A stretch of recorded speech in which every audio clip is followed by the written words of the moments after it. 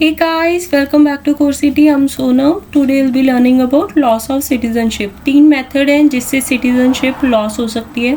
एक तो renunciation, termination and by deprivation. ठीक है, रिनंसिएशन का मतलब ये होता है कि हम अपने पूरे होशो-हवास में जब हम माइनर नहीं रहे हैं, अडल्ट बन गए हैं, फुल एज एंड कैपेसिटी में हम रिनाउंस कर दें, हम बोल दें कि हमें इंडिया की सिटीजनशिप को हम छोड़ते हैं. ठीक है, इन दैट केस कैसे है कि वो पर्सन की सिटीजनशिप लॉस हो जाती है. ठीक है, डिक्लेरेशन अगर वॉर वगैरह के टाइम पे हो रही है, जब हमारी कंट्री किसी कंट्री के साथ वॉर में है, तो कैसे है कि इसको विद हेल्ड किया जा सकता है, होल्ड किया जा सकता है फॉर द टाइम बिंग.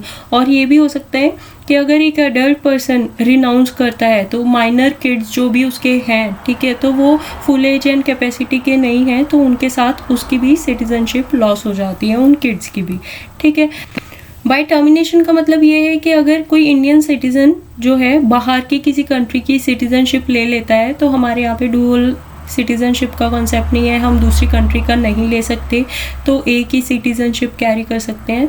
तो सिंगल सिटीजनशिप के चलते कैसे है कि हमारी जो इंडिया की सिटीजनशिप है वो टर्मिनेट हो जाती है, लॉस हो जाती है ऑटोमेटिकली अगर हम किसी और कंट्री का ले लेते हैं. बट अगर इंडिया किसी वॉर में है एट दैट टाइम कैसे है, ये भी विदहोल्ड की जा सकती है. बाय डेप्रीवेशन का मतलब ये है कि कंपल्सरी टर्मिनेशन, आपने कोई ऐसे एक्ट कर दिया है जिससे कंट्री का लॉस हुआ है, उसकी यूनिटी इंटीग्रिटी को लॉस हुआ है.